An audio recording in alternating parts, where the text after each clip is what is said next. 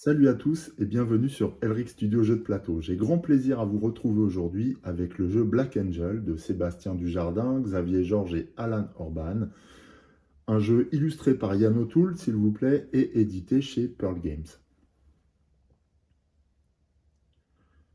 Black Angel est un jeu de placement 2D dans lequel nous incarnons une intelligence artificielle qui pilote ce majestueux vaisseau à travers les confins de la galaxie pour trouver une nouvelle planète destinée à accueillir l'humanité tout entière qui ne peut plus résider sur la Terre à cause des méfaits de l'activité humaine. Alors ce jeu fait partie de ce que je souhaite présenter aujourd'hui pour renouveler un petit peu l'offre sur la chaîne, ce qui fait suite au sondage auquel vous avez bien voulu répondre et qui indiquait à 47% que vous souhaitiez voir des jeux de différents types qui sortaient un petit peu des jeux d'aventure qui font, c'est vrai, d'ordinaire l'essence de la chaîne. Donc voilà, Black Angel est un jeu que j'adore, hein, vraiment, qui n'a pas fait l'objet d'un grand engouement, bizarrement, certainement à cause de règles un petit peu particulières, d'une grande originalité, voilà, mais qui mériterait, je trouve, d'être beaucoup plus apprécié par la communauté des joueurs parce que c'est un jeu qui est vraiment très intéressant.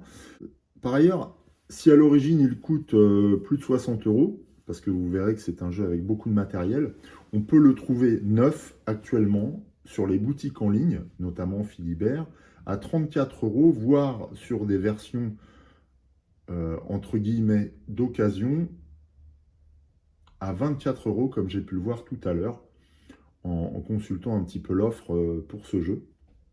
Ce qui en fait un jeu vraiment accessible pour un prix modique et avec lequel je prends personnellement beaucoup de plaisir. La vidéo d'aujourd'hui constituera probablement un premier épisode de Black Angel. Elle se composera de la mise en place du jeu et des premiers tours de la partie. Simplement parce que je vais prendre le temps d'effectuer la mise en place avec vous, car celle-ci peut constituer un petit frein à l'utilisation de ce jeu, alors que pourtant, eh bien, d'une part, elle est extrêmement agréable parce que le matériel est de très très belle qualité, et d'autre part, finalement, elle ne renferme pas de difficultés particulières. Il suffit de suivre les étapes.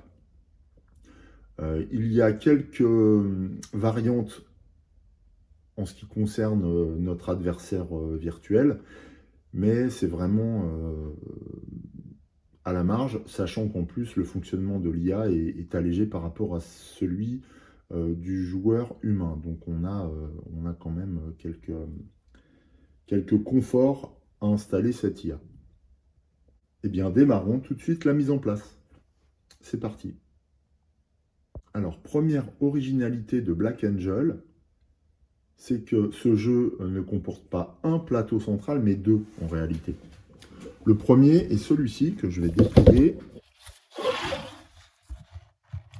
et constitue le plateau vaisseau. Je vais orienter la caméra pour que vous puissiez apprécier ce grand plateau. Voilà, je vais à l'envers. Un plateau vaisseau, belle taille, dont les illustrations parlent d'elles-mêmes. Extrêmement clair quant à sa structure, puisque celui-ci présente des actions placées sur différents secteurs du vaisseau. Voilà. Donc dans le secteur 1, on a une action, secteur 2, une autre action, secteur 3, une autre action, et ainsi de suite, jusqu'à 6 actions. Autour, on a la piste de points de victoire qui sont désigner dans le vocable du jeu, utiliser processus de validation. Voilà. Si on s'approche un petit peu, les zones d'action sont connectées par une case ici, flanquée d'une case colorée. Alors, ces cases colorées sont des salles d'affectation, alors que ces cases-ci servent à constituer la réserve de dés de la couleur indiquée. Donc là, les dés orange, puisque je vous disais que c'était un jeu de placement de dés. Donc là, on a les dés orange, les dés gris et les dés verts, qui sont les couleurs de dés utilisées dans ce jeu. Au centre, nous avons une salle de repos dans laquelle nous viendrons poser en tant que joueur humain et en tant qu'automate des robots, on va voir ça après, ainsi que nos quartiers réservés qui vont nous servir à stocker nos dés après les avoir lancés. Ici, on a une petite salle supplémentaire qui est cadenassée et qui nous permet de sécuriser un dé. Cette zone est appelée quartier de haute sécurité. Voilà, ce qui permet, contre un coup, bien sûr, de réserver un dé et de le protéger contre les utilisations d'un adversaire. Parce que vous allez voir qu'on peut se subtiliser les dés dans ce jeu. Voilà, donc ça c'est pour le plateau vaisseau, donc, qui nous fait penser un petit peu à l'Enterprise. Voilà, on va voir qu'il y a quand même un côté pop culture dans ce jeu, puisque il y a des références, au moins graphiques, sur à la fois Galactica, à la fois Star Trek, à la fois Star Wars, etc. Et j'en oublie, hein. Y compris sur la manière dont est designé l'IA, puisqu'elle fait référence à, je crois, un film où un vaisseau est piloté par un œil rouge, et qui fait vraiment penser à cette référence-là, cette référence cinématographique-là. Donc on est dans une ambiance pop culture et SF, bien évidemment, que je trouve personnellement extrêmement plaisante. Donc, à côté de ce vaisseau, on a un autre plateau qui va être composé de tuiles. Alors, de tuiles assez originales, puisqu'elles sont constituées de ces très grandes tuiles. Là, il y en a 7 dans la boîte. Il y a 2 joueurs, enfin, en mode solo. On va en utiliser 5 sur les 7 que propose le jeu. Donc, voilà, on les mélange. Ces tuiles sont double face, donc on peut les retourner, mais c'est pas très, très important, on va voir pourquoi. Et on dispose 5 tuiles dans la continuité de la ligne là, que trace notre vaisseau. Voilà. Donc ces tuiles, cet ensemble de tuiles va constituer le plateau espace dans lequel nous allons naviguer tout au long de la partie, et où nous pourrons effectuer différentes actions, différentes de celles du vaisseau, ou dans leur prolongement, ça dépend des fois. Voilà, donc un très très grand plateau, très coloré, très agréable à l'œil, que constitue Black Angel. Donc c'est déjà pour moi quelque chose que je trouve extrêmement plaisant. Alors, ensuite, en termes de mise en place, on a la règle qui détaille absolument toutes les étapes, pas à pas, et qu'il suffit de bien suivre pour ne rien oublier, parce que ce jeu est assez riche, hein. Il a beaucoup de profondeur, beaucoup d'actions. Donc voilà, donc il faut mettre en place l'ensemble des éléments de jeu pour en profiter pleinement. Donc là, on a placé les bandelettes espace sur la table. On place ensuite les figurines vaisseaux, ressources et les cubes dégâts, débris près du plateau. Alors, la figurine du vaisseau représente en 3D le Black Angel. C'est une très belle figurine que je ne peindrai pas, je la laisse comme ça. Et elle se place au milieu du plateau espace, sur la tuile centrale, sur son hexagone du milieu, voilà, sur la ligne. Donc c'est la position de départ du Black Angel. On place ensuite ce qui va constituer un petit peu les ressources du jeu, à savoir, donc, ce que les règles appellent ressources, ce sont des diamants, on verra, qui servent à payer certaines actions. Des jetons débris, alors ça je vais le mettre à part, des jetons débris ou dégâts, des cubes rouges.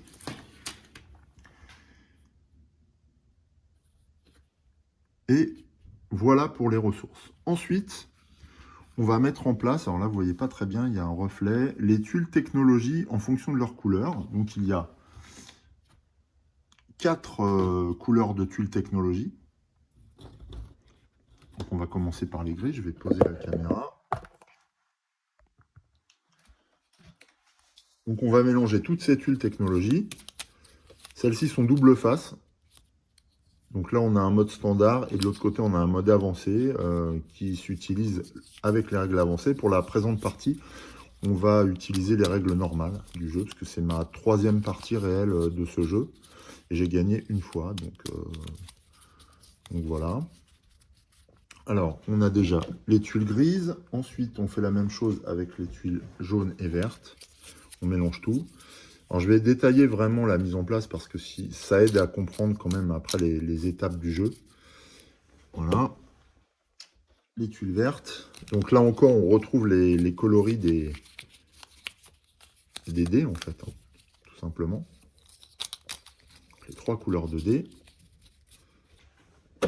On va tout de suite installer sur le plateau, dans la mesure où on va utiliser les règles pour une partie à 2 joueurs. En ce qui concerne les tuiles, on va piocher 3 tuiles, une de chaque couleur, que je vais mélanger sous la table, voilà, et révéler dans un ordre aléatoire sur la piste qui va constituer un marché. Alors elle a un nom cette piste, mais là je ne l'ai plus en tête. Voilà, la première tuile, ce sera la grise, ensuite la orange, ensuite la verte. Sous l'emplacement de chaque tuile, on peut voir qu'il y a un coup représenté par un certain nombre de points sur les dés, puisque là ce sont des symboles de dés, et ces coups correspondent à des points d'activation. On va y revenir. Les points d'activation servent à effectuer un certain nombre d'actions pendant les tours, et donc là il faut 2 activations pour acheter cette tuile-là, et une activation pour acheter cette tuile-là. Toujours en ce qui concerne les tuiles, on va aussi placer des tuiles de technologie avancée. Donc ce sont les tuiles noires. Voilà. Alors si les tuiles de couleur permettent d'effectuer des actions pendant la partie, les tuiles noires, en fait, constituent des points de victoire pour le décompte final. Pour autant, elles sont disponibles à l'achat durant toute la partie. Mais dans un marché particulier, puisqu'on voit qu'il est séparé par une barre. Et donc on met au début de la partie 4 tuiles qu'on pioche au hasard sur ce marché. Et leur coût d'acquisition est de 2 activations également. Voilà. Alors il y a beaucoup d'icônes dans ce jeu, mais en fait l'iconographie est extrêmement claire. Et une fois qu'on a fait 2 tours de jeu, on n'a quasiment plus besoin de se référer à la règle pour s'y retrouver. Et si c'est le cas, eh bien, le jeu propose une annexe qui comprend, alors je suis en train de la chercher, qui, voilà, elle est là, qui explicite en fait chaque tuile et chaque icône présent dans le jeu. Donc on a l'intégralité de la description et du fonctionnement de toutes les tuiles, de toutes les cartes, de tout ce qu'il y a dans le jeu. Donc ça, c'est vraiment une force de ce jeu. C'est la précision et la rigueur avec laquelle il est expliqué dans ses règles. Donc voilà, donc on a pas mal de tuiles à l'achat dès le démarrage, et puis on voit que en matière de tuiles de couleur, eh bien, ce marché va évoluer. Il y a des cases vides ici, et potentiellement ces tuiles pourront être achetées ou pourront être éjectées si jamais elles sont poussées par des tuiles qui vont arriver au fur et à mesure et seront éjectées, donc ne pourront plus être achetées. Donc il va falloir avoir une petite gestion au niveau de l'achat de ces technologies. Voilà pour les tuiles. Ensuite, eh bien, il y a des cartes aussi dans ce jeu. Donc il y a un gros tas de cartes. Alors il y a différents types de cartes. Donc il y a les cartes mission, voilà, qui reprennent toujours les 3 couleurs de référence du jeu. Donc les cartes orange, les cartes ou jaunes, les cartes vertes et les cartes bleues ou grises. Ça dépend comment on les voit. Chaque tas de cartes correspond en fait à une faction du jeu. Alors les jaunes correspondent aux Méluriens, donc sont des aliens. Les grises correspondent aux Avits. Et les vertes correspondent aux Sos. Voilà. Nous avons aussi les cartes rouges qui sont appelées des cartes ravageurs et qui représentent en fait une espèce alien hostile qui viendra attaquer et endommager le Black Angel durant la partie, ce qu'il faudra également gérer. Enfin, on a un dernier tas de cartes, voilà, c'est celui-ci. Alors, elles ont toutes le même dos avec des valeurs indiquées ici. Et elles sont composées de 2 zones chacune. Et en fait, ce sont les cartes IA qui composent le deck en fait, de notre adversaire virtuel qui s'appelle HAL dans la règle. Voilà, et qui correspond à une IA virtuelle adverse. Donc ça, on verra, je vous en reparlerai tout à l'heure. Au niveau des cartes de mission, nous verrons leur fonctionnement durant la partie. En matière d'installation, ce qu'il faut, c'est former une pioche après les avoir mélangées pour chaque carte et en tirer une de chaque couleur pour le joueur humain. Mais ça, on le fera après. Déjà, je vais les mettre sur le plateau pour former les pioches et puis on verra ensuite comment installer le joueur. Voilà. Donc, elles sont là-bas. Qu'est-ce qu'on a d'autre?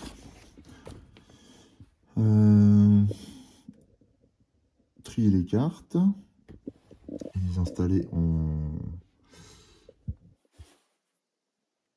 tas distincts. Ensuite, avec les cartes ravageurs, on les mélange face cachée.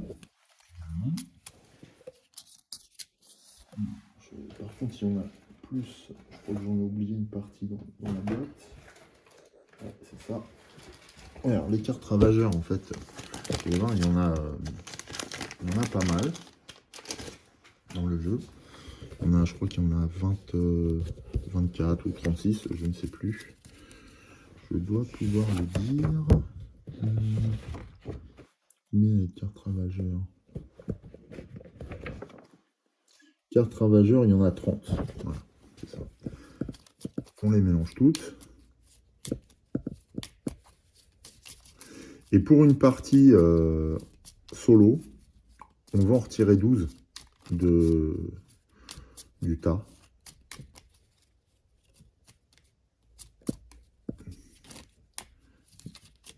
Donc il nous en restera 18. Voilà. 1, 2, 3, 4, 5, 6, 7, 8, 9, 10, 11, 12. Voilà, j'en ai retiré 12 que nous n'utiliserons pas pour cette partie, donc je vais les remettre dans la boîte.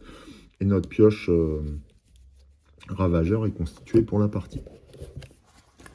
Je range les cartes en trop. Je les mets de côté, voilà, on ne les utilisera pas du tout. Ensuite,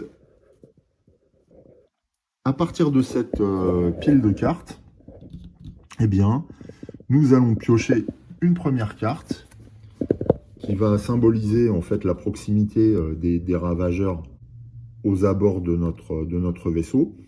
Et on va voir que d'entrée de jeu, les ravageurs nous attaquent et nous font des dégâts et entravent nos actions. Donc comment fonctionne une carte ravageur? Eh bien, lorsqu'on la révèle, on pose la carte tirée sur l'action qui correspond au numéro de la carte révélée. Donc là, ce sera l'action numéro 4. Et en plus, on pose un cube de dégâts sur cette action.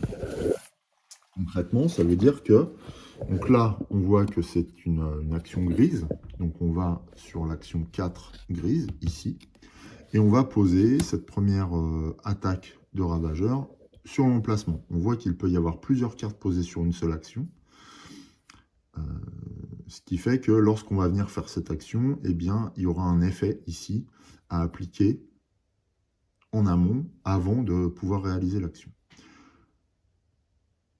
Puisque les ravageurs ont attaqué, ils ont fait des dégâts, donc on vient prendre un cube et on pose un cube de dégâts sur cette action, sur ce secteur.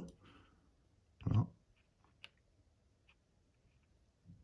Alors c'est un secteur qui nous permet de réparer le vaisseau justement. Et donc, cette partie du vaisseau est déjà endommagée au début de la partie. On doit reproduire ce tirage une deuxième fois en début de partie.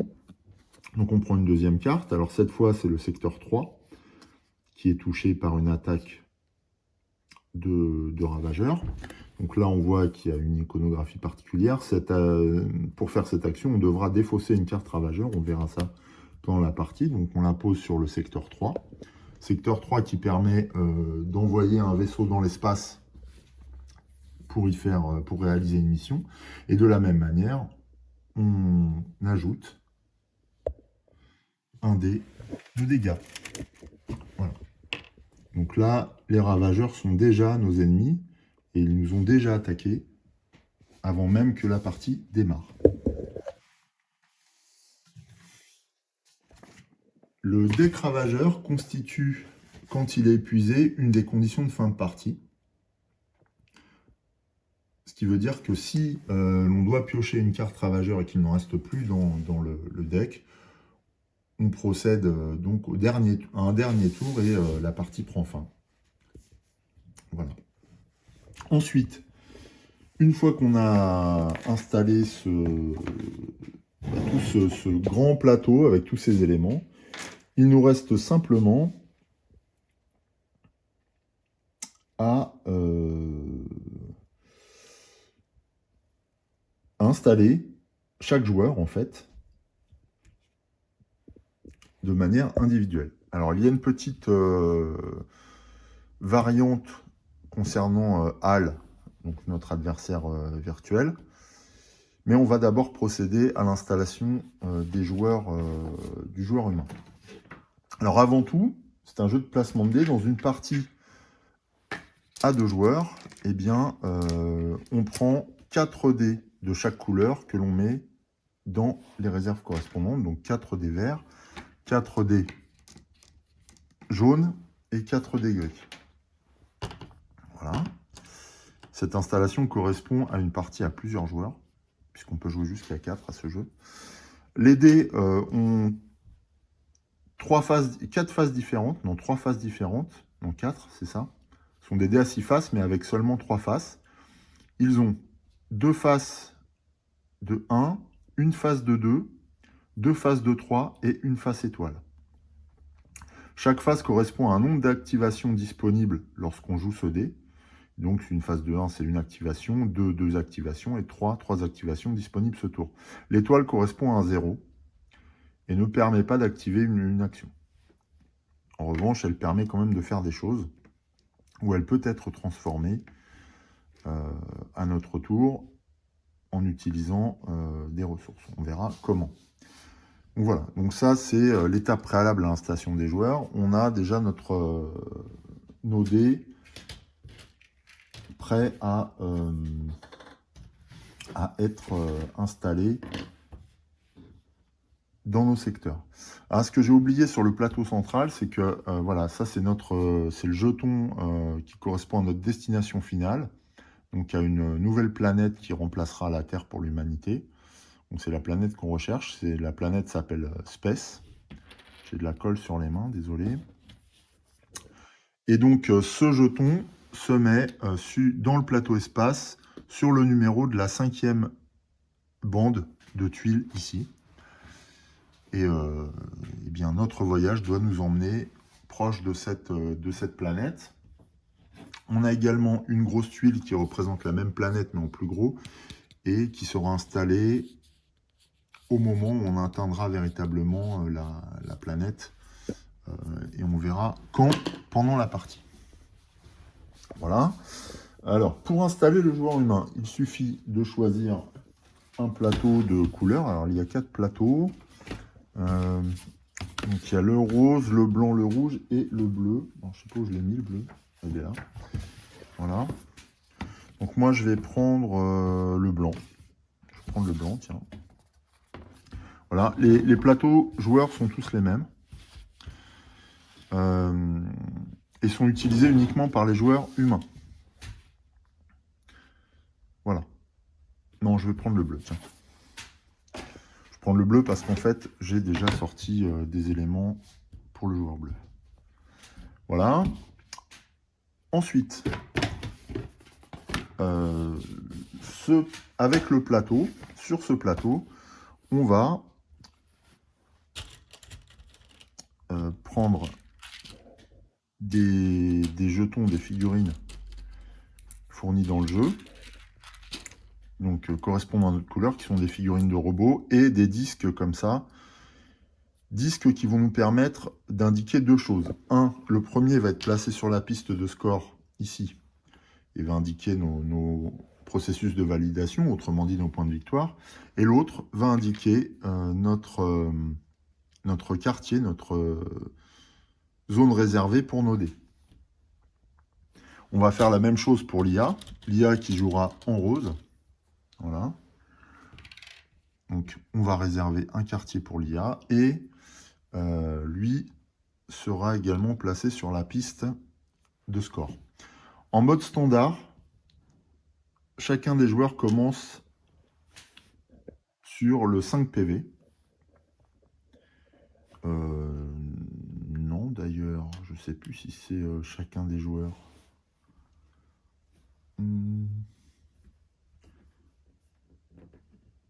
Si, c'est ça.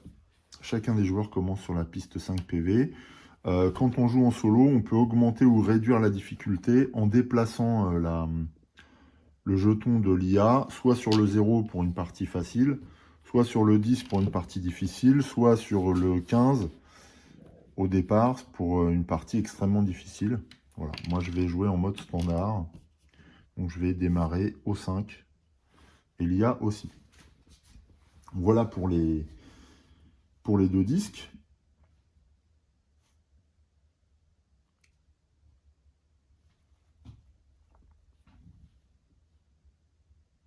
On place ensuite 8 figurines de robots dans notre compartiment réservé, là, face à notre jeton. Voilà. Alors, oui, dans la salle de repos, pas dans le... Ça, c'est la zone réservée aux dés. Donc là, je suis à 4, 5, 6, 7 et 8. Voilà, on a 8 robots au démarrage en tant que joueur humain. Et parmi ces 8 robots, un va être placé dans chaque salle d'affectation. Donc, un sur la salle d'affectation verte, un sur la salle d'affectation grise et un sur la salle d'affectation jaune. Ce qui va nous permettre en début de partie de piocher un dé de chaque couleur pour disposer de nos actions dans le démarrage de la partie. Et donc, on comprend que lorsqu'on veut disposer de plus de dés, il faudra, par une action, venir poser un robot supplémentaire dans la salle d'activation qui nous intéresse pour augmenter notre nombre de dés. Les autres robots sont mis de côté dans une réserve et ne sont pas actifs pour l'instant. Ensuite, pour le joueur humain, on a 3 tuiles de technologie de départ qui ont le dos de la couleur de chaque joueur, donc que l'on va mélanger, voilà, que l'on va disposer sur les zones qui sont brillantes, là, sur les cases brillantes, de manière aléatoire. Et une fois qu'elles sont placées, on les révèle. Et donc on a une technologie verte, une technologie jaune et une technologie grise. Alors ce sont les correspondant à chaque culture alien, hein, en fait. Donc, culture alien, donc on peut aussi dire technologie Tsos, technologie Xavitz et technologie Mélurienne. Non, Mélurienne et Xavitz. Voilà, si on veut être vraiment raccord au niveau thématique.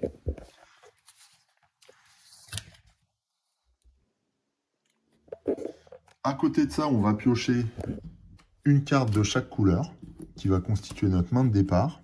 Donc une carte de chaque couleur des cartes mission et une carte ravageur.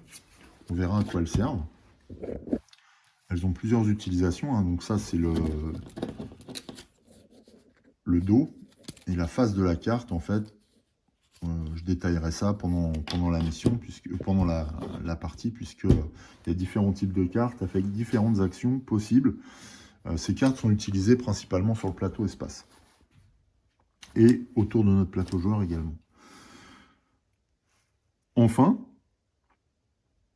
et cela termine l'installation du joueur humain, on va piocher une ressource de chaque type que l'on va placer dans notre réserve personnelle. Donc on pioche depuis la réserve générale dans notre réserve personnelle. Donc on pioche une ressource, diamant, un cube dégâts et également un vaisseau. Un petit vaisseau, une figurine de vaisseau comme ça, qui rappelle peut-être un peu Goldorak, et que l'on met dans notre réserve. Voilà. Et ce sont nos ressources de départ. Enfin, en mode solitaire, nous serons le premier joueur, donc on a le jeton premier joueur à côté de nous. Et l'installation du joueur humain est finie au moment où on récupère en fait cette fiche d'aide de jeu, qui résume le tour de jeu et les différentes actions possibles qui peuvent être effectuées lors du tour de jeu.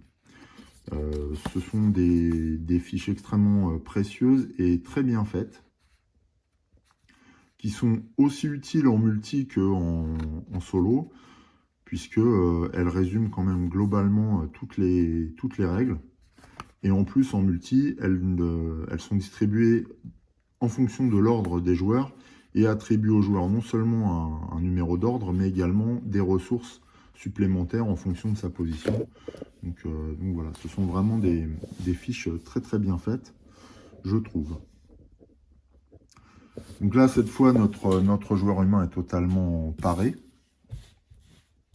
à jouer. On va installer le joueur virtuel. Alors, le joueur virtuel, comme je le disais tout à l'heure, eh bien, il a sa propre pioche de cartes spécifique. Voilà. Alors, le dos des cartes est constitué des valeurs correspondant aux différentes ressources, aux différents éléments de jeu, pardon, qui rapportent des points à l'IA quand il les récupère, parce que l'IA, HAL, ne stocke pas en fait les différentes ressources ou les différents éléments de jeu, contrairement à nous. Donc, quand il récupère un élément, eh bien, il score la valeur correspondante directement sur la piste de score durant toute la partie. Donc, on verra que ça représente pas mal de points de victoire, et on va voir que l'IA est quand même assez redoutable dans ce jeu.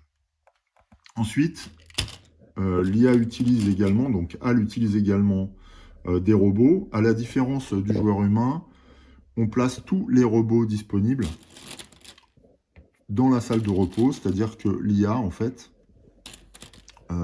dispose de tous ces robots dès le début de la partie. C'est une des différences avec le joueur humain. Voilà. Bon, je vais faire ça hors caméra, je vous retrouve tout de suite. Voilà, tous les robots de HAL sont installés dans la salle de repos. Comme pour nous, eh bien, HAL va disposer d'un robot par salle d'activation et donc de 3D au démarrage. Alors, on va d'ailleurs procéder au lancer des dés de début de partie, et pour nous et pour l'IA. Puisque j'ai un robot dans chaque salle d'activation, je prends un dé de chaque couleur. Là. Je les lance. Là, eh bien, je fais 3, 3, donc c'est plutôt très bon. Alors, pour le premier tour, les dés doivent être passés dans la zone réservée, dans le compartiment personnel standard. On ne peut pas mettre de dés dans le compartiment de haute sécurité. HAL va faire la même chose. Mince. Un dé de chaque couleur, je les lance. Et lui, il obtient, alors par contre, lui, il obtient des résultats tout pourris. Et on place ces dés dans son compartiment, hein, puisqu'on les a repérés grâce au disque. Voilà.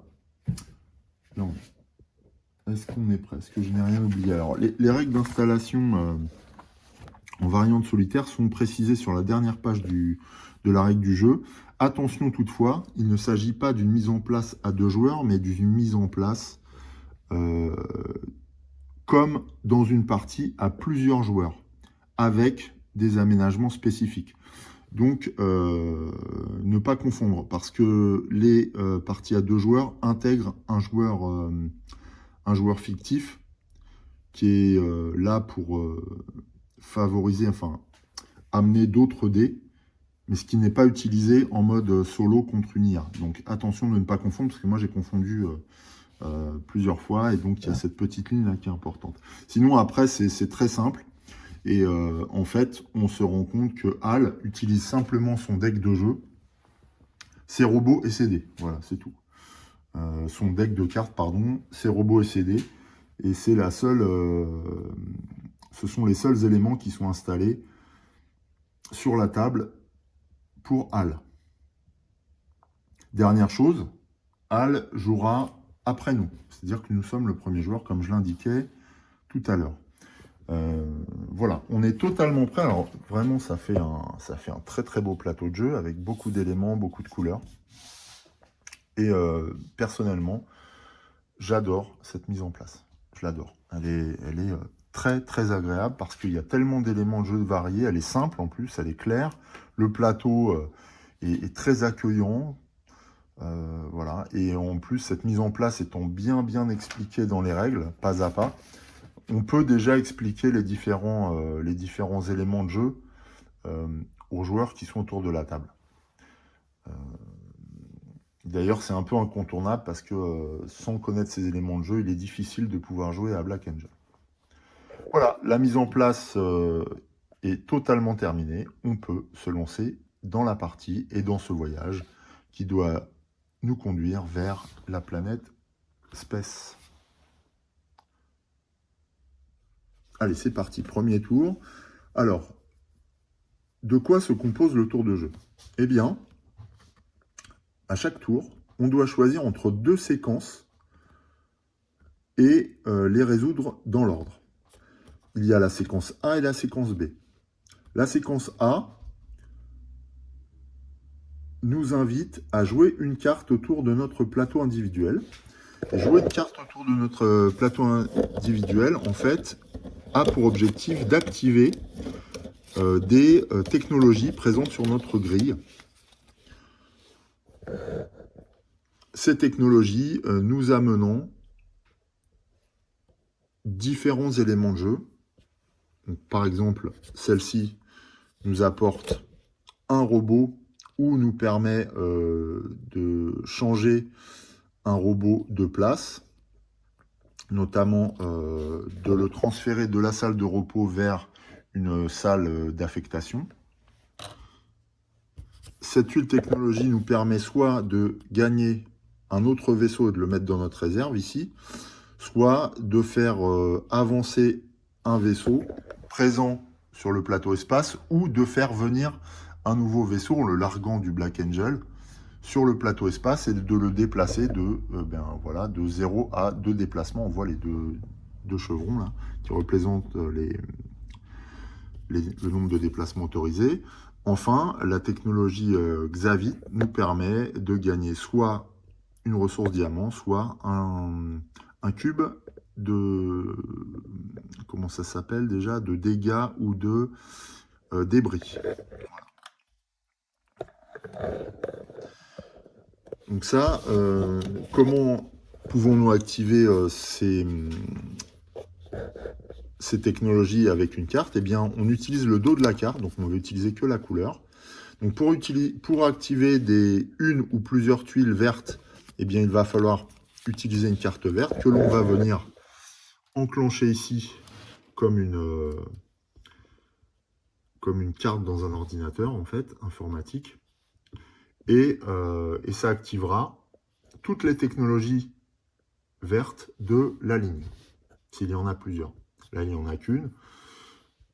Du coup, eh bien, quand je pose une carte, je récupère l'un ou l'autre des bonus là, proposés par la tuile. Si j'avais utilisé une carte jaune, eh j'aurais pu la placer ici pour activer la technologie jaune, mélurienne, ou ici. On voit, il y a des petites flèches qui permettent d'enchasser comme ça les cartes sur notre plateau joueur.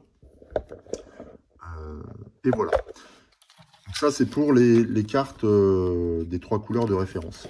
Si on utilise une carte ravageur, eh bien, on pourra donc l'enclencher comme n'importe quelle carte de n'importe quelle couleur, à la différence que cette carte activera toutes les tuiles présentes sur la ligne, quelle que soit leur couleur, hormis les tuiles noires de technologie avancée. Voilà, alors pour le premier tour, je ne vais pas le faire parce que j'ai assez peu de tuiles sur le board et donc j'ai pas forcément envie de gâcher une carte pour un seul petit gain, bien que ça se réfléchit quand même. Alors, je vais regarder à quoi me servent mes cartes. Alors, la carte ravageur, elle sert dans différentes situations qu'on verra au cours de partie. Les cartes mission peuvent également servir à faire des actions ou à créer des actions sur le plateau espace quand on va les placer sur le plateau espace. Pour ça, il faudra faire une action voyager, là, déplacer un vaisseau et placer une carte action, une carte mission par exemple. Alors, il y a 2 types de cartes. Les cartes activation, qui ont toutes les symboles de dés ici, puisqu'elles peuvent déclencher des bonus quand on vient poser un dé dessus, dans notre phase d'action.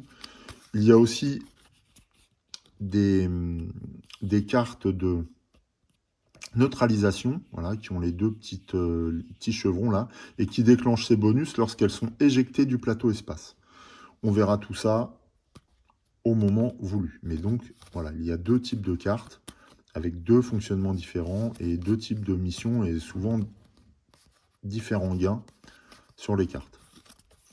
Donc là, ce sont des choix, des orientations qu'on détermine en fonction de notre stratégie pendant la partie. Donc là, je n'active pas spécialement de technologie. Je garde toutes mes cartes et je vais passer à la deuxième étape de la séquence A, qui consiste à réaliser une action avec un dé, soit sur le plateau Black Angel, donc sur le plateau du vaisseau, soit sur le plateau espace. Alors, je ne vais pas effectuer d'action sur le plateau espace parce qu'il n'y a pas de mission pour le moment. Et puis, je n'ai pas cette volonté-là. Je vais plutôt effectuer une action sur le plateau du vaisseau. Je suis assez pauvre en technologie, donc je vais m'adresser au marché et aux différents aliens pour acquérir de nouvelles technologies, et ce qui me permettra de renforcer mes tours d'action futurs. Donc pour ça, eh bien, je regarde sur le plateau. Donc piocher une carte technologie, en fait, c'est cette icône-là. Donc c'est l'action numéro 2, qui est sur le secteur 2. Ici, il n'y a pas eu d'attaque ravageur pour l'instant, donc pas de dégâts. Il n'y a pas de conditions préalables pour effectuer cette action. Il me suffit de prendre un de mes dés, orange ou jaune, et de le placer sur le slot prévu à cet effet pour activer cette action.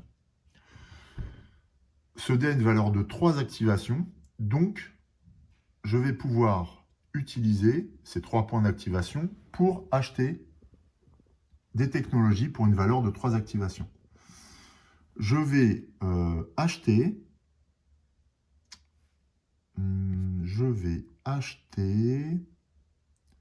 pour 2. Alors attention, parce que le choix des technologies est vraiment déterminant en matière de jeu.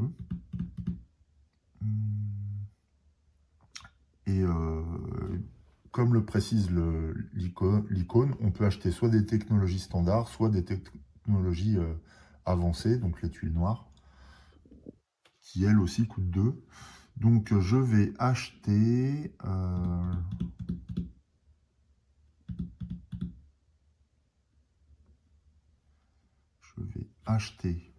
pour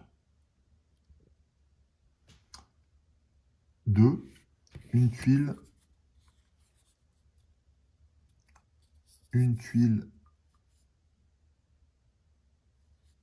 jaune que je vais injecter sur mon plateau joueur, donc dans ma centrale, si vous voulez. Donc je vais l'injecter ici. Donc là, on voit qu'il y a la flèche jaune, donc j'ai le droit de l'injecter ici. J'aurais pu aussi l'injecter là ou là, enfin, tous les emplacements indiqués par une flèche jaune. Et j'ai désormais une tuile supplémentaire. Il me reste un point d'activation. Et je vais acquérir la tuile verte, histoire de ne pas perdre, mon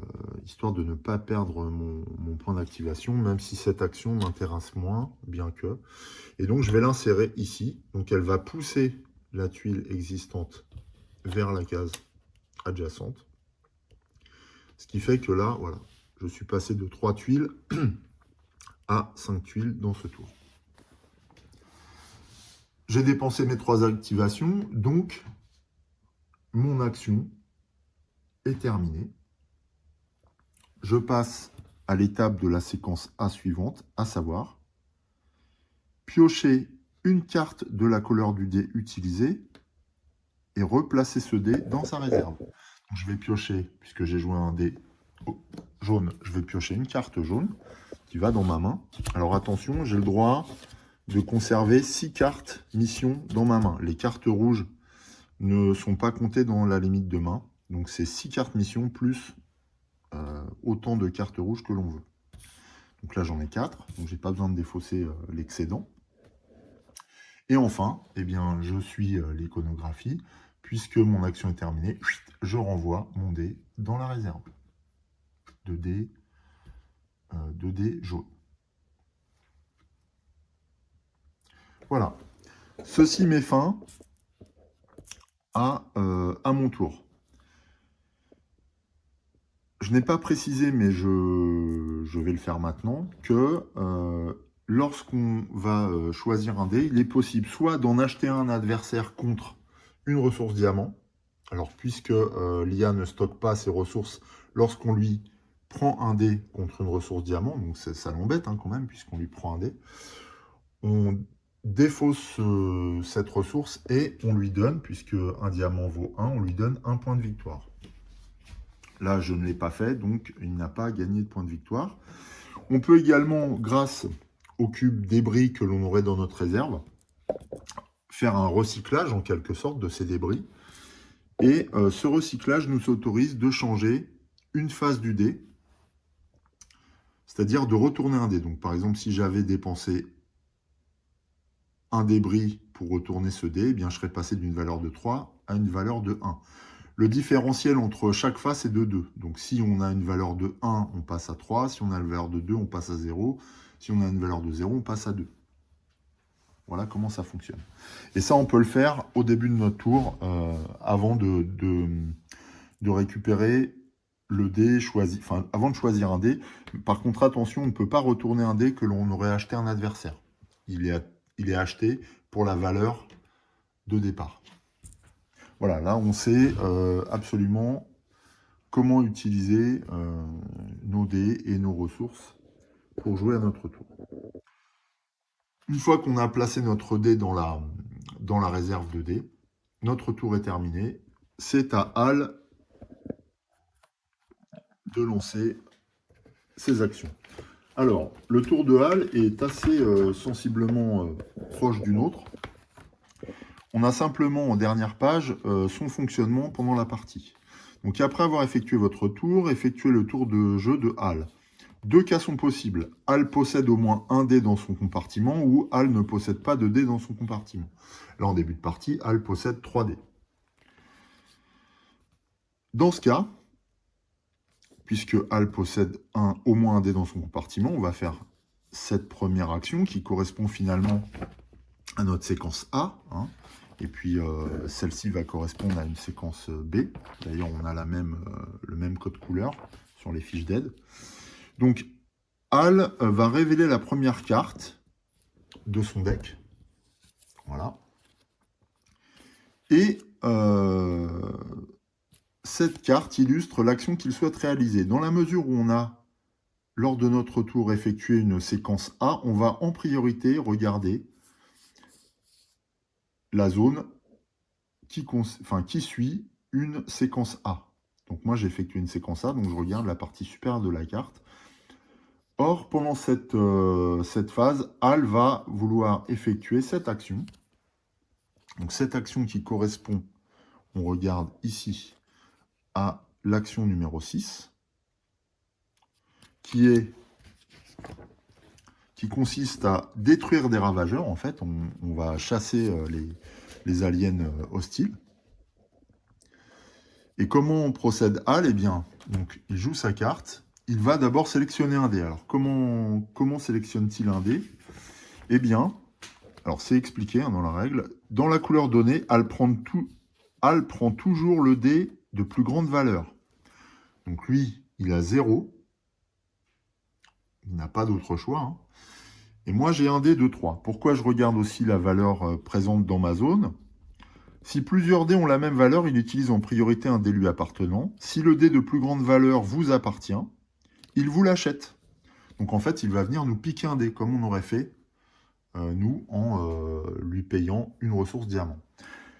Donc pour ça, on prend une ressource diamant de la réserve en compensation. Donc je prends une ressource diamant que je mets sur mon plateau dans la réserve diamant. Et Hal me subtilise mon dé de 3 pour faire l'action qu'il a choisie, à savoir l'action numéro 6, qui consiste à détruire des ravageurs. Donc, cette action n'a pas de condition préalable puisque les ravageurs n'avaient pas endommagé cette zone du vaisseau. Donc il n'y a pas de jeton dégâts, il n'y a pas de carte ravageur. Donc Hal peut l'effectuer sur la base de 3 activations. Pour chaque activation, Hal détruit une carte ravageur. Donc, pour chaque activation, Hal détruit une carte ravageur. Donc en fait, ce sont des hostiles qui sont autour du vaisseau et qui tirent sur les zones d'action.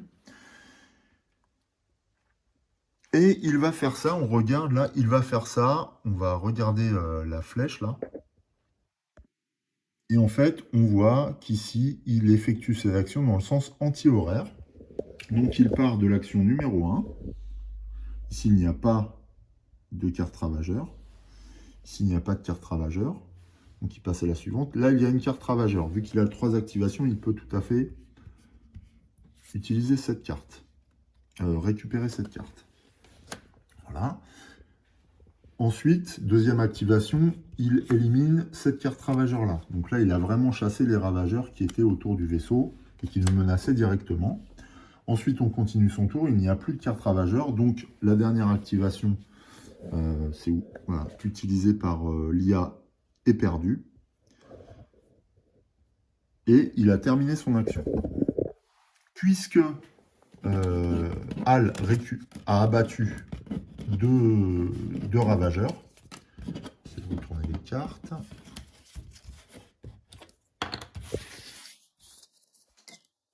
Voilà. Eh bien, il ne va pas les stocker, donc on va regarder à quoi correspondent les cartes ravageurs en matière de processus de validation. Al, pour chaque carte ravageur gagnée, gagne 2 points de 2 processus de validation. Puisqu'il a gagné puisqu'il a éliminé 2 cartes ravageurs, Al va progresser de 4 processus de validation. 1, 2, 3, 4. Voilà comment fonctionne l'IA lorsqu'il chasse des ravageurs. Les cartes, du coup, sont défaussées. Ce qui veut dire que si on a démarré à 18 cartes ravageurs, là on est à 16 cartes ravageurs.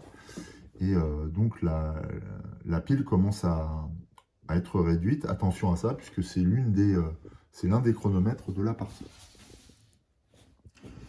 Enfin, eh bien, comme nous, une fois que tout ça est terminé, alors Al ne pioche pas de cartes. En revanche, il va renvoyer son dé dans la réserve. Voilà. Alors, il y a des petites subtilités dans les actions de l'IA. On voit par exemple que Al essaie toujours de détruire un maximum de cartes ravageurs en fonction de la valeur de son dé. Il peut donc sauter un emplacement qui aurait pour conséquence de réduire le nombre de cartes ravageurs qu'il pourrait détruire. En clair, ça veut dire quoi? Ça veut dire que là, il avait 3 activations. Donc, il a effectué une destruction de ravageur d'une carte ravageur ici, une destruction de carte ravageur ici. Mais si, par exemple, il y avait une carte ravageur là et que là, il y avait 2 ou 3 cartes ravageurs, dans la mesure où il avait 3 activations, il aurait sauté ce secteur-là pour aller attaquer ce secteur-là en priorité. Et donc, s'il y avait eu 2 cartes ravageurs, il les aurait défaussées, mais il aurait pu défausser celle-là, ça faisait 3 activations. Par contre, s'il y avait 3 cartes ravageurs ici, il aurait laissé l'unique carte ravageur si elle avait été présente dans le secteur précédent. Voilà, donc c'est des petites subtilités comme ça qu'il ne faut pas louper, mais elles sont très bien expliquées dans les règles. Donc on s'y réfère et puis voilà. Donc Al avait bien défaussé son dé, enfin mon dé du coup, et eh bien son tour prend fin, tout simplement. Nouveau tour de jeu, c'est à nous. Alors cette fois, on voit que, eh bien, on n'a qu'un seul dé, le dé gris. Et du coup, ce qui nous limite un petit peu dans nos actions. On a aussi la possibilité, puisque tout à l'heure, Al m'a chippé un dé et qu'il m'a dédommagé en me donnant un diamant, on a la possibilité de lui en chipper un aussi et de l'utiliser pour faire une action. Mais bon, ça m'intéresse moyennement, je vais vous dire, parce que ces dés sont assez faibles.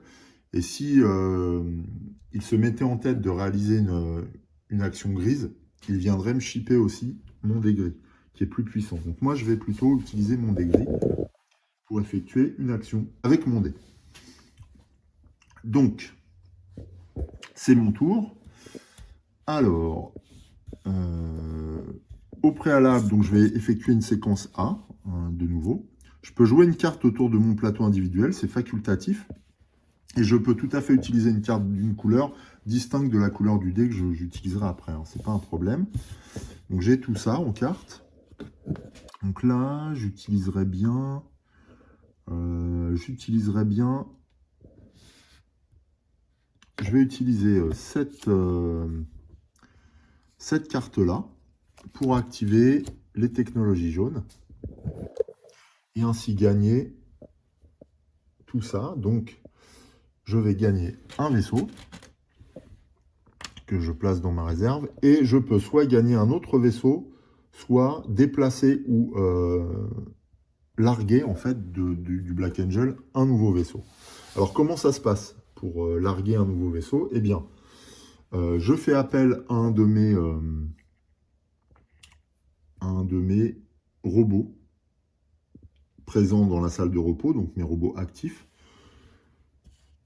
Je l'embarque à bord d'un vaisseau, voilà ce qui est fait, et je le largue du Black Angel.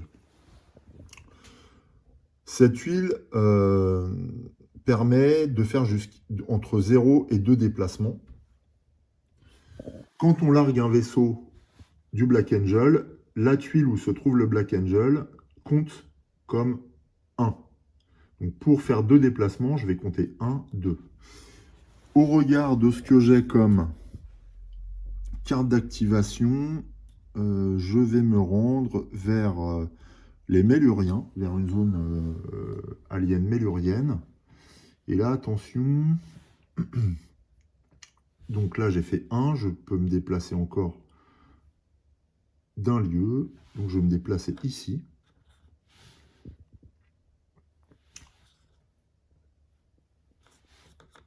En prévision d'une future mission. Donc je m'avance un peu si vous voulez, ce qui me permettra de réaliser une mission plus facilement. Voilà, donc là c'était les résultats, enfin les bonus obtenus grâce à l'activation de mes technologies. Donc c'était la première étape de la séquence A. On passe à la deuxième étape de la séquence A. Je réalise une action avec un dé, soit sur le plateau Black Angel, soit sur le plateau Espace. Je vais utiliser un dé gris, mon dé gris, donc je ne dépense pas de diamants, pour réparer le vaisseau. Donc pour réparer le vaisseau, je vais quand même regarder ce que j'ai. Ouais. Pour réparer le vaisseau, donc je viens positionner mon dé gris dans le secteur 4. Celui-ci a 1 dégât, mais lorsqu'un secteur a 1 dégât, il n'y a pas de conséquences pour l'instant sur l'action. Donc j'ai bien 3 activations.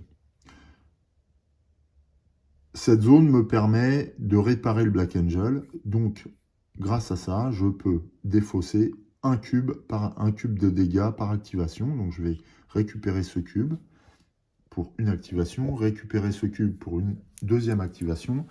Et la troisième activation sera perdue puisqu'il n'y a plus de cube sur le plateau. Je transforme ces 2 cubes en débris. Et grâce à cette action, je peux, grâce à ces débris, recycler ces débris pour activer une nouvelle fois des technologies. Ce que je vais m'empresser de faire. Je vais d'abord activer cette technologie qui me permet d'amener un nouveau robot dans la salle de repos du Black Angel. Voilà, donc je mets un cube technologie sur l'emplacement de cette tuile-là. Et je vais...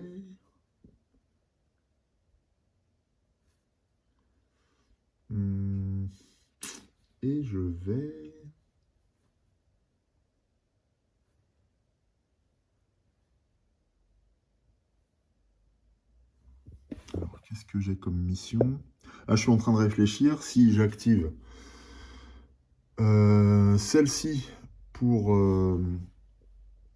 envoyer un de mes robots dans une des salles d'activation pour avoir plus de dés au prochain tour, sachant que là, j'ai plus de dés. Ou si je déplace mon vaisseau présent pour l'envoyer plus loin dans la galaxie et préparer encore mieux la mission, sachant que je peux me déplacer de 2, donc je peux éventuellement passer par là. Attention de ne pas passer sur une zone d'astéroïdes, parce que ces petits vaisseaux-là sont fragiles, et s'ils traversent une zone d'astéroïdes, ils sont détruits. Le Black Angel, lui, par contre, ne craint pas ces objets. ces objets astro. Donc, c'est pas un problème pour lui. Par contre, voilà, ça mettrait fin à l'existence de ce robot et de ce vaisseau. Donc, je regarde 1, 2. Donc, si je le place ici, je peux déplacer mon vaisseau pour aller beaucoup plus loin dans la galaxie. Ou alors, je viens ici pour gagner un diamant ou un débris supplémentaire. C'est ce que je vais faire. Je vais activer la technologie Xavit, qui me permet de récupérer un cube de débris ou un diamant. Donc là, c'est le cube de débris, puisque j'ai déjà 2 diamants. Voilà, ces cubes de débris me permettant de changer la valeur d'un dé, ce qui peut être vraiment intéressant. Voilà pour mon action. Puisque j'ai activé un des gris, je pioche une carte grise, une nouvelle fois, donc une carte Xavit. Voilà, alors je trouve que c'est la même que l'autre. Ah non, pas tout à fait, il y a une petite différence. Ok, elle est bien celle-ci, parce qu'elle signifie que les cartes que j'aurai enchâssées ici sous mon plateau me rapporteraient 3 au lieu de 2. Donc c'est des points de victoire en fin de partie, très intéressant. Par ailleurs, quand j'active cette carte, on le verra, j'ai un bonus ici qui correspond à un diamant. Bon, on verra ça. Donc j'ai pioché, et ce qui met fin à mon tour par l'éjection de ce dé vers la zone de réserve correspondante. Mon tour est terminé une nouvelle fois. Donc, nous allons voir ce que fait une nouvelle fois Hal en piochant une carte. Et bien voilà, alors contre toute attente, il refait une action verte. Dans la mesure où il a un dé vert, il va pouvoir faire cette action. Il ne va pas chercher à changer d'action. S'il n'avait pas eu le dé vert dans sa réserve, il serait passé au volet B de sa carte. Mais ce n'est pas le cas. On va prioriser la partie supérieure, puisque j'ai fait une séquence A à mon tour. Donc, eh bien, il utilise son dé. Il veut envoyer... donc, il veut envoyer un robot dans l'espace pour réaliser une mission. Donc, je place mon dé sur la zone correspondante numéro 5. Voilà, sur le secteur numéro 5. Et on voit comment ça fonctionne pour l'IA. Donc, action de commande des vaisseaux. Hein, donc, c'est ce symbole-là qui correspond bien à l'action numéro 5. Pour cette action, la valeur du dé de Hal n'influence pas sa résolution. Ah ben, ça l'arrange puisqu'il avait 0. Piochez d'abord une carte de couleur du dé sélectionné. Donc là, on pioche une carte verte. C'est une carte de type neutralisation, puisqu'il y a les 2 chevrons. Donc une carte des Tsos. Ensuite, si c'est une carte de neutralisation, c'est le cas, placez-la sur un emplacement de la bonne couleur de la première bandelette. Donc la première bandelette, c'est celle-ci, c'est celle qui est le plus près du vaisseau.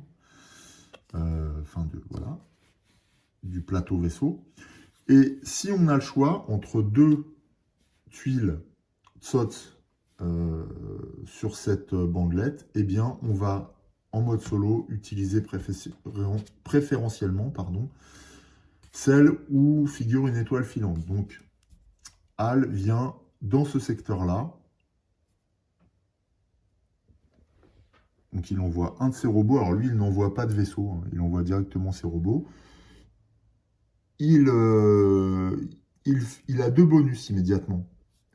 D'abord, puisqu'il pose un robot sur cette carte, il active le bonus qui correspond à un robot. Un robot lui rapporte 1 point de victoire. Donc il score. Donc il passe à 10. Et comme il est sur une zone où il y a une étoile filante, il gagne 3 points de victoire supplémentaires. 1, 2, 3. Voilà. Les étoiles filantes étant réservées au mode solo. Et donc renforce les actions de l'IA, notablement. Donc lui, il est à 14, donc 13, alors que moi, je suis toujours à 5. Voilà. Donc on résout l'action, c'est fait. On ne place pas de vaisseau ni de pilote. Et voilà. Donc, il a placé une carte neutralisation. Alors, pourquoi HAL place en priorité les cartes neutralisation sur la bandelette? Eh bien, simplement parce que lorsque le Black Angel va avancer, on verra à quelle occasion, eh bien, donc, cette bandelette sera éjectée, en fait, du plateau, sera enlevée. Du coup, les cartes présentes sur la bandelette seront éjectées et ce sera pour lui l'occasion de scorer en fonction de la carte de la mission qu'il a effectuée. Et à chaque fois qu'une carte de HAL est éjectée du plateau espace, eh bien, il gagne 3 points de 3 processus de validation, 3 points de victoire. Voilà pourquoi, dans le cadre d'une mission de neutralisation, il la place sur la première bandelette. C'est simplement parce qu'il essaye de l'éjecter le plus vite possible.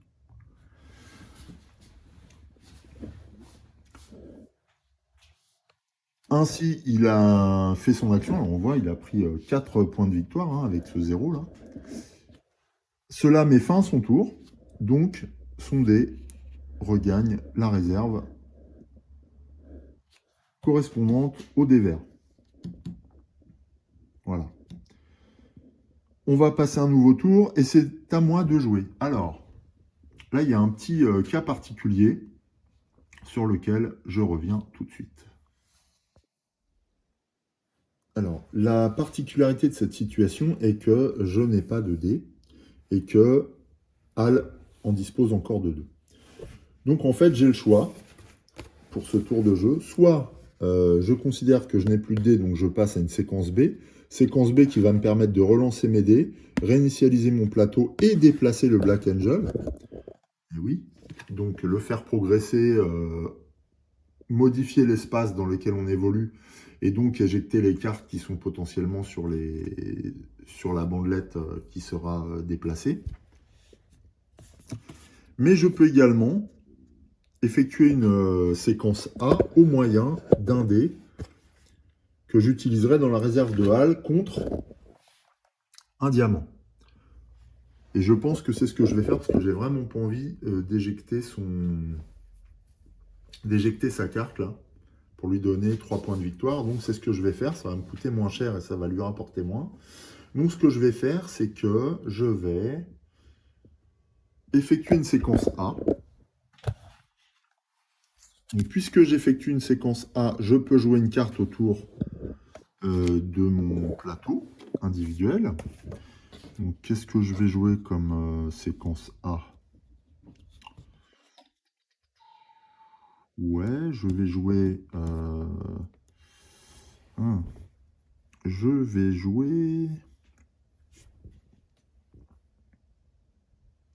je vais jouer une carte verte. Voilà. Et du coup, je vais activer ces deux technologies-là. La première technologie me permet...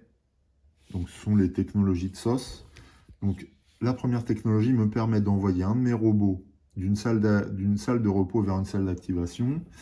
Je vais envoyer un robot vers la salle d'activation jaune. Voilà, ce qui me permettrait d'avoir, lorsque je relancerai mes dés, un dé supplémentaire. Ensuite,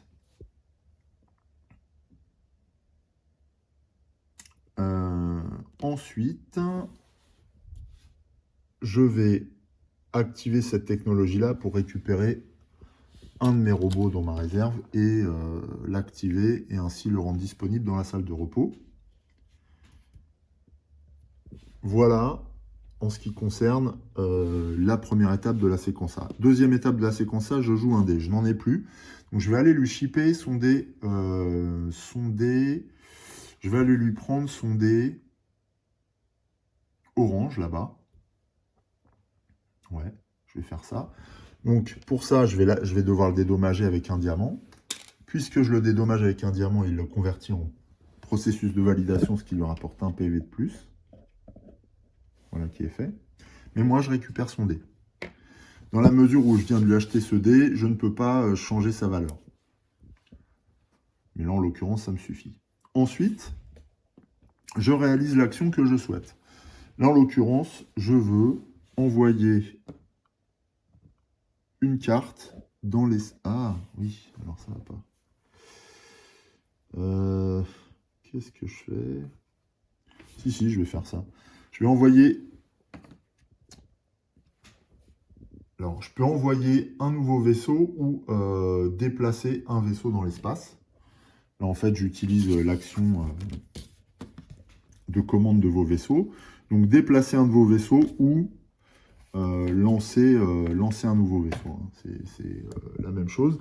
Et moi, je vais déplacer un de mes vaisseaux. Et puisque c'est un dé de valeur 2, je peux le déplacer de 2. Je peux faire 2 déplacements. Donc, un déplacement, 2 déplacements. Voilà. Je vais aller tout là-haut. Pourquoi je vais tout là-haut? Parce que... alors... Bien parce que, en fait, cette tuile est la plus éloignée du moment où elle sera éjectée. Et moi, je vais jouer une carte activation. Donc, ces missions d'activation vont me permettre d'effectuer une mission plusieurs fois. Alors, comment ça se passe? Eh bien, puisque j'ai effectué cette action, je peux poser une carte sur un hexagone. Voilà, donc je vais voir les... comment il s'appelle déjà? Les Méluriens. Donc je pars en mission auprès des Méluriens grâce à mon petit vaisseau. J'active cette mission d'activation grâce à un de mes robots présents dans ma salle de repos. Du coup, je gagne 2 points de victoire. On le voit là. J'ai 2 points de victoire ici. Tac. Donc j'avance mon curseur de 2 également. Et du coup, j'ai à la fois un robot placé sur cette carte d'activation et un robot présent sur un des docks là de mission. Alors, on verra à quoi ça sert ensuite. Puisque j'ai effectué cette action, je dois ensuite, alors on le voit ici, injecter les technologies méluriennes que j'ai découvertes en allant les voir et qui sont indiquées là en haut de la carte. D'ailleurs, ce que j'ai oublié de faire tout à l'heure, donc je vais le faire là, j'ai complètement oublié de le faire pour l'action de Hal. Donc lui, puisqu'il a été voir les Tsos, il injecte une verte et une jaune, donc prise sur la pioche. Hein. Donc une verte que l'on met dans l'ordre et une jaune donc qui va pousser toutes les autres tuiles. Voilà. Ça, c'était pour sa mission à lui. Et moi, ça va être une jaune d'abord et une bleue ensuite. Donc une jaune d'abord. Donc là, de la même manière, ça pousse toutes les technologies. Je vais les pousser de 2 tout de suite. Je mets d'abord la jaune et ensuite, je mets une bleue. Voilà. Donc ça, ce sont des technologies que j'ai découvertes au contact des Méluriens lors de ma visite sur leur planète. Voilà. Donc l'action de commande de vaisseau se poursuit. Dans la mesure où j'ai investi un secteur qui est adjacent à un secteur où se trouvent des ravageurs, les ravageurs en profitent et sont attirés par l'activité pour nous attaquer.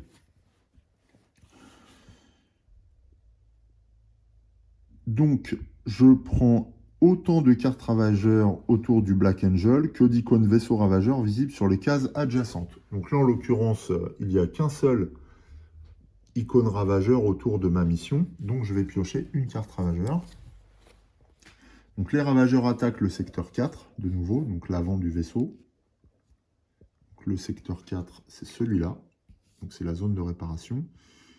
Et du coup, font des dégâts à cette zone. Encore une fois. Voilà.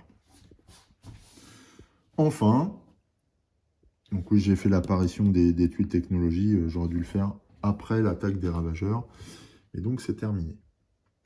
Puisque j'ai effectué cette séquence-là.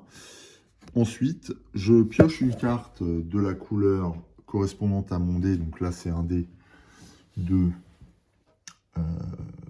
c'est un dé jaune. Donc je prends une carte mélurienne, de nouveau. Intéressant, voilà. Elle me permet, quand je vais la poser... Alors, c'est une carte de neutralisation.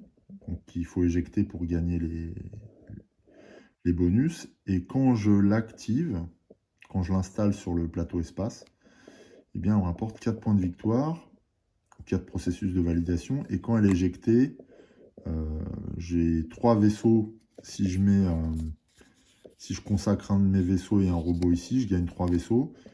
Et dans tous les cas, je gagnerai un robot et un diamant. Donc ça, c'est une carte qui m'intéresse. Je suis en train de me spécialiser sur les gris et les jaunes, j'ai l'impression. Donc voilà. Et enfin, eh bien, mon dé est épuisé, donc il retourne dans la réserve. Voilà.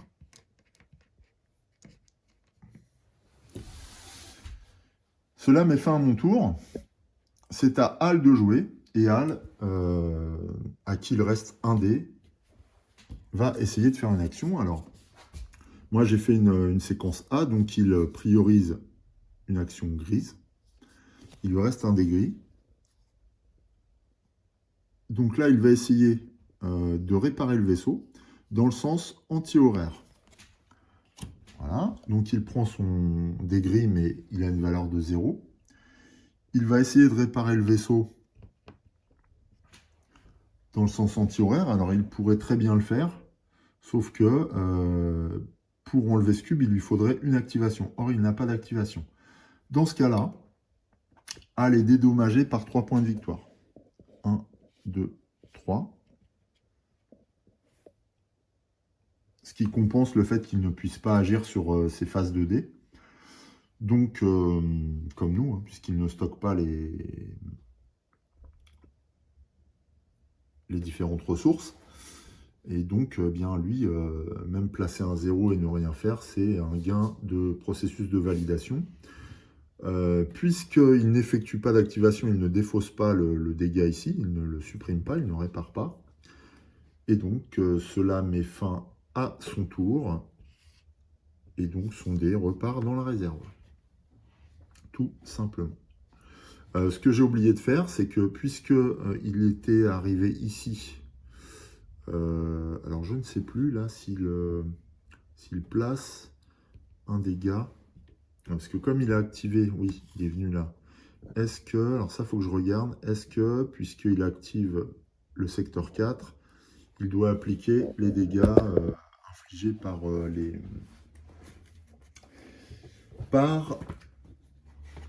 nos ennemis jurés,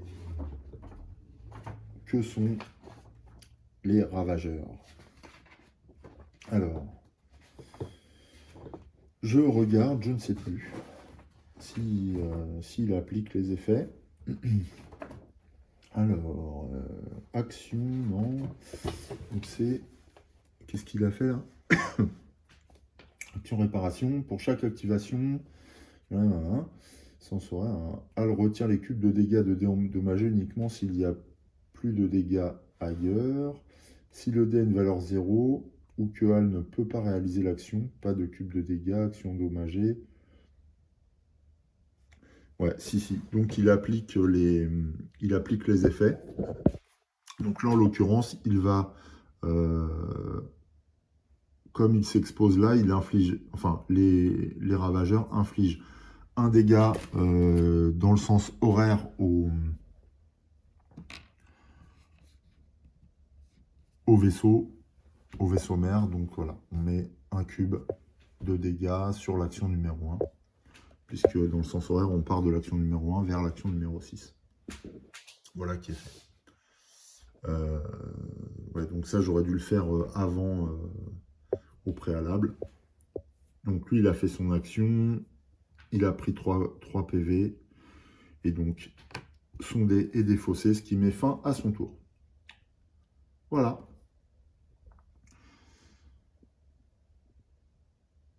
Nouveau tour de jeu, et là on va se retrouver à devoir jouer dans une nouvelle situation encore, selon laquelle, eh bien, ni Al ni moi ne disposons de dés. Donc, on va voir tout de suite comment cela fonctionne. Donc, comme je le disais, ni Al ni moi n'avons de dés. Donc, je ne vais pas pouvoir utiliser un de mes dés ou aller en acheter un à Al. Ce qui m'oblige donc à effectuer une séquence B, puisque la séquence A est initiée grâce à un dé. Séquence B qui est un peu différente de la séquence A, on va le voir.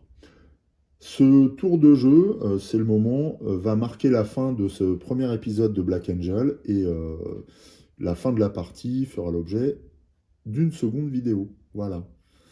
Donc on y va, séquence B. Eh bien, on regarde la fiche. À mon tour, la première étape de la séquence B consiste à relancer nos dés. Alors, pour ça, il faut que je regarde les robots que j'ai dans les salles d'activation. J'ai 2 robots dans la salle d'activation jaune, donc je prends 2 dés jaunes. J'ai un robot dans la salle d'activation grise, donc je prends un dé gris. Et j'ai un robot dans la salle d'activation verte, donc je prends un dé vert. Donc j'ai 4 dés à lancer pendant cette séquence. Ouais, bah c'est pas terrible. Donc je place mes dés dans mon compartiment personnel. Comme c'est une séquence B, j'ai le droit de positionner un de mes dés dans le secteur de haute sécurité. Ce que je vais faire pour un diamant, je vais placer mon dé gris dans ce compartiment, ce qui fait que Al ne pourra pas venir me le chercher. Ben, ça m'a coûté cher, mais en même temps, ça me permet de sécuriser un dé d'une valeur honnête. Bon, c'est peut-être cher payé, mais là, vu les résultats que j'ai quand même envie de pouvoir disposer de ces activations. Voilà, donc ça, c'est la fin de la première étape de la séquence B. Deuxième étape, je réinitialise mon plateau individuel. Alors, en quoi ça consiste? Donc là, je vais détailler parce que c'est la première fois qu'on met en œuvre une séquence B. Donc, relancer les dés, c'est bon. Réinitialiser son plateau individuel. Défausser les cartes jouées dans les 6 emplacements situés en bas et à gauche du plateau individuel. Faites attention de ne pas défausser vos cartes expulsées. Alors, moi, je n'ai pas de carte expulsée qui serait ici.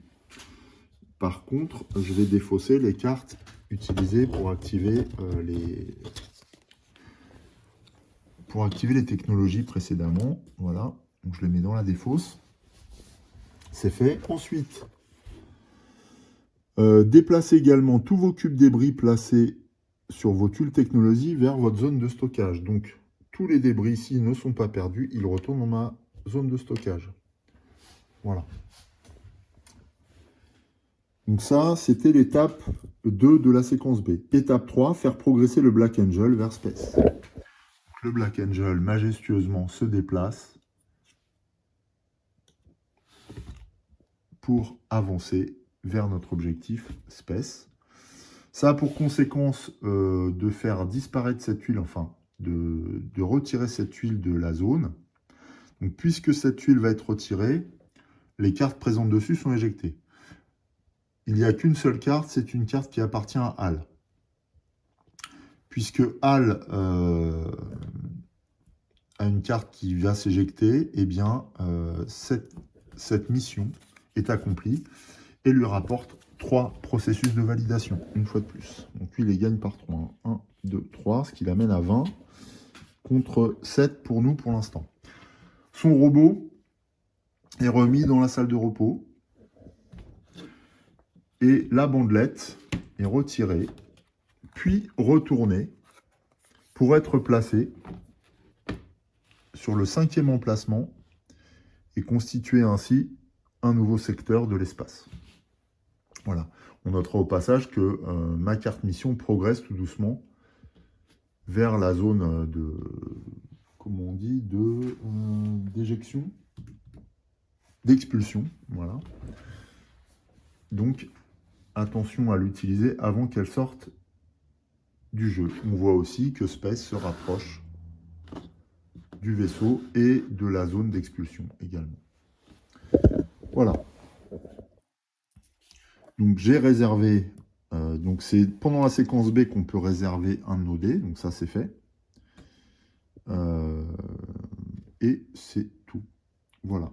Cela met fin à ma séquence B.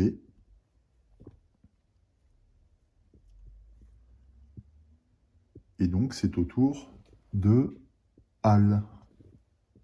Alors qu'est-ce qui se passe? Eh bien Hal n'a pas de dés dans son compartiment personnel. Donc dans ces cas-là, il ne va pas chercher à acheter un de nos dés, il va simplement réaliser lui aussi une séquence B. C'est automatique, puisqu'on voit que dans la règle du jeu, Hal ne possède plus de dés dans son compartiment. Relancer ses dés et avancer le Black Angel, comme quand vous réalisez une séquence B. Hal ne réserve jamais de dés. Donc là, c'est ce qu'on va faire. Donc lui, on regarde son robot dans la salle d'activation jaune. Il en a un, donc il prend un dé. Idem dans les gris et idem dans les verts. Ensuite, je jette ses dés. Alors, il obtient un 2, 0 et un 1, décidément. Ce sont des actions, je ne sais pas ce qu'il doit faire froid dans le vaisseau, mais les ordinateurs sont peu efficaces à ce tour. Donc, il relance ses dés. C'est fait. Ensuite, le Black Angel continue à avancer. Alors, il y a une carte m'appartenant, mais ce n'est pas un problème. Le Black Angel avance quand même, ce qui n'empêche pas la carte d'être active. Et là, il n'y a aucune carte qui est expulsée, donc la bandelette est retirée, retournée, et vient se positionner en 5e position. Voilà. Tac. Du coup, l'espace, le Black Angel progresse et l'espace est découvert au fur et à mesure. On voit que Space avance. Alors, quand le jeton Space sera éjecté, à ce moment-là, on mettra en place, disons que Space sera en vue, et on viendra mettre en place Space à cet emplacement-là. Et lorsque le Black Angel atteindra concrètement cette planète, eh bien, ce sera la fin de la partie. Voilà, donc ce jeton-là sera défaussé, on mettra le gros jeton et on pourra ainsi arriver à destination. Voilà, chaque fois qu'une carte HAL, mission, neutralisation ou activation est expulsée, eh bien il prend 3 points de victoire, placez toutes ces cartes expulsées dans leur défausse respective, replacez ces robots dans la salle de repos, et voilà. Donc cela met fin à la séquence B effectuée par HAL. Donc on voit, c'est assez simple et efficace. Et donc, on va immédiatement conclure ce premier épisode de Black Angel. Alors, en conclusion intermédiaire, qu'est-ce que je peux dire? Bon, moi, j'adore les jeux de placement de dés. Black Angel n'est pas le plus simple d'accès, c'est vrai, parce que les règles, si elles sont très bien écrites, sont quand même denses. Les mécanismes sont originaux, donc peuvent déstabiliser des joueurs qui n'ont pas l'habitude d'utiliser, de jouer à ces jeux-là et à s'adapter à de nouvelles règles. Ça, c'est une réalité. Il faut quand même s'investir, s'impliquer pour pouvoir jouer à Black Angel. C'est un peu la limite du jeu. Par contre, une fois qu'on a compris comment il fonctionnait, et les règles sont extrêmement bien écrites dans ce but-là, puisqu'elles sont un véritable guide qu'on doit simplement suivre. Parce que voilà, chaque séquence est bien détaillée. Selon les actions, on passe à une page ou à l'autre. Voilà. Et on n'a que à suivre le déroulé ligne par ligne pour s'approprier chaque action. Donc c'est vrai que de ce point de vue-là, il n'y a pas de problème. Mais bon, il y a quand même une petite courbe d'apprentissage. Mais c'est vrai qu'une fois que ce palier d'apprentissage est passé, c'est que du plaisir, quoi. On a un jeu impeccable qui tourne parfaitement bien avec une IA facile à mettre en œuvre. Même si là, on n'a pas encore vu tous les cas de figure, il y a pas, moi, j'ai pas encore rencontré de situation où j'étais bloqué, où je ne savais pas quoi faire. Bien au contraire, tout est explicite dans les règles. En plus, eh bien, ce jeu fonctionne bien, les tours sont assez rapides, même s'il y a beaucoup de choses à faire et qu'il faut réfléchir, il y a quand même une certaine fluidité dans le déroulement de la partie qui est vraiment agréable. Et puis, bon, bah, voilà, c'est vrai que manipuler tous les éléments de jeu enfin, est un véritable plaisir puisque on a plein de choses à faire à chaque tour. Voilà, donc je ne vais pas aller plus loin sur cette conclusion intermédiaire. J'espère que cette entrée en matière pour Black Angel vous a convaincu. Encore une fois, le jeu est achetable sur des sites en ligne pour une somme assez modique, hein. Je vous dis, on a 34 € sur Philibert, 36 sur Agorageux. En version d'occasion, ça veut dire qu'avec une boîte un peu abîmée, on peut même l'avoir entre 25 et 30 €. Enfin bon, honnêtement, ça vaut le coup, hein, voilà. Moi, pour vous dire, je l'ai acheté à plus de 60 € à l'époque, puisqu'il venait de sortir et que je n'ai pas résisté à l'appel de ces mécanismes et de son esthétique. Voilà, bah écoutez, on va en terminer là pour aujourd'hui. Je vous souhaite une très belle journée. Portez-vous bien. Salut!